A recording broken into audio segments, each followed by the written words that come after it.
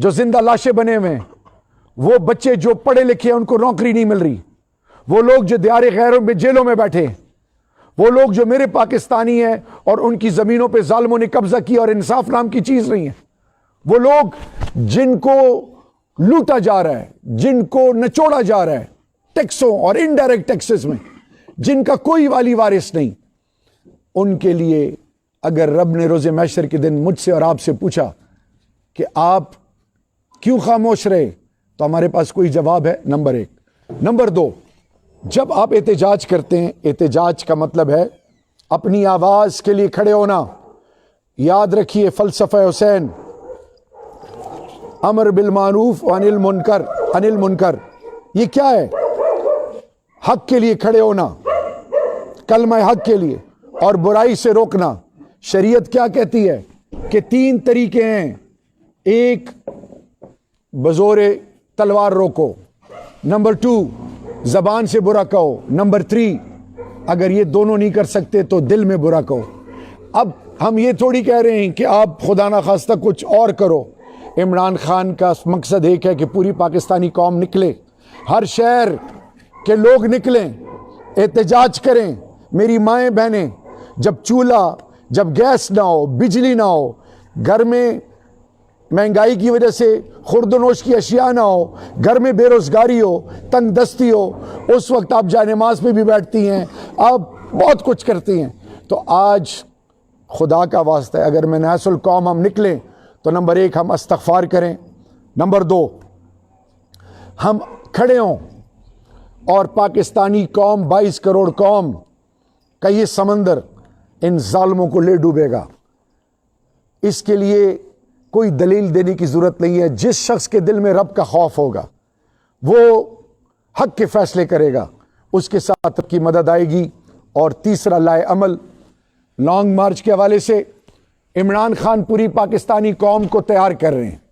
ان کی جو سازش تھی وہ پکڑی گئی کہ ڈی چوک میں یہ 10 12 15 لوگوں کو شہید کریں گے اور اس کا سارا ملبہ عمران خان صاحب پہ ڈال دیں گے اور پھر اس کے بیس پہ بیانیہ بنائیں گے۔ وہ اللہ نے ان کے تمام منصوبے خاک کر دیے، ایکسپوز ہو گئے۔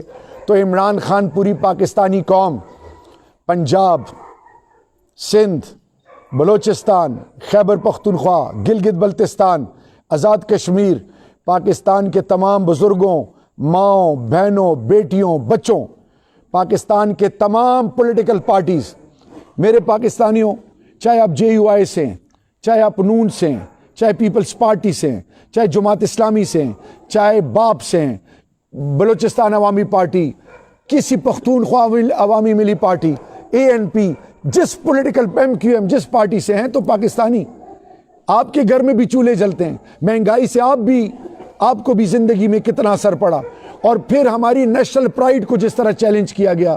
تو آج وقت آ گیا ہے کہ پوری قوم کلمہ حق میں عمران خان کا ساتھ دے۔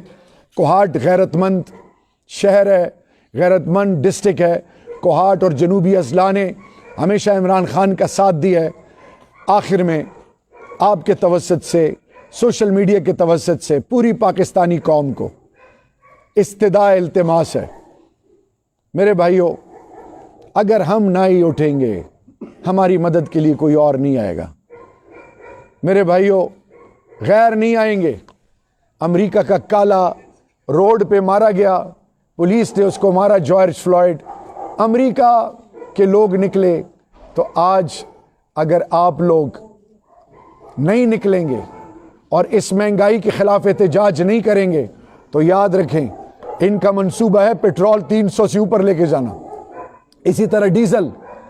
تو جب کاروبار ہی بند ہو جائے، جب لوگ تکلیف میں ڈوب جائیں اور ملک کے اندر کارخانے بند ہو جائیں، باہر سے لوگ اعتماد نہ کرتے ہوئے پیسے نہ بھیجیں، لارجر مینوفیکچرنگ یونٹ بند ہو جائے، ملک کے اندر کمپلیٹ پہیہ رک جائے، غیر بھی مدد کے لیے نہ آئیں گے، کیونکہ غیر آپ کو دیکھ چکے ہیں کہ ان لوگوں کی حرکات اور سکنات کیا ہیں، بار محلات ہیں، اور یہاں پہ یہ کیا کر رہے ہیں، اور پاکستان کے مال کو جس طرح یہ لوٹ رہے ہیں۔